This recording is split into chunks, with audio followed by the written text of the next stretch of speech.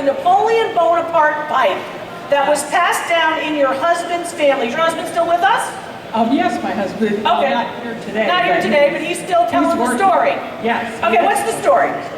The story is that his relatives were cousins to Charlotte Corday, who killed Marat in the bathtub.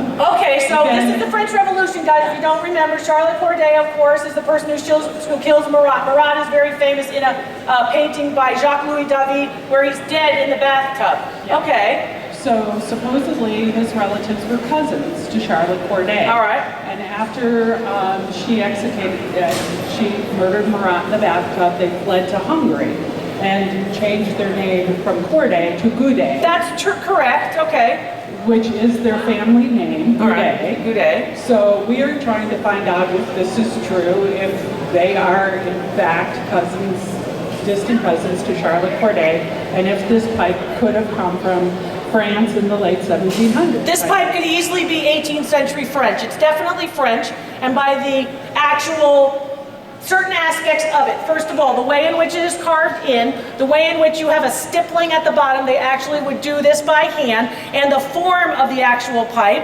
all built inside as well, carved out. You have an area that is lost here. If you look here, there's a hole here. Well, it fled Hungary at the end of the war, and the house, when they were fleeing, was bombed, and everything else they went through. That pipe went through a lot. It fled. Well, this pipe, it's amazing that it's sitting here in Akron. And that's my life. In Hungary. Can't believe I'm holding this, can't believe I'm holding that. George Washington's wallet is his hand. He deserves to be a little beat up at this He's a little beat up, right? The moon boot, Apollo 13, in this hand, right? Napoleon Bonaparte's good luck charm. He carried a gold and gemstone encrusted good luck charm at Waterloo. Didn't help, but he carried it. That was here as well. This particular piece is indeed a late 18th century pipe, and this particular one is French. If we can document the provenance, which he just documented, the history of the object based on, of course, the family lineage, where it came from, how it got here and there, you know, then in fact you can document and give it an appraised value. So, because we can document it directly to her family, through you, we basically would have a relatively high value because not everybody has one. Low value, I'd say $5,000. High value, I'd say $15,000. Wow. Pretty nice. Why? Historical figure still in the family, relatively good condition, some losses. Stop your crying, that's good news. Good news. Okay, a couple of things I want you to do. Where do you keep it?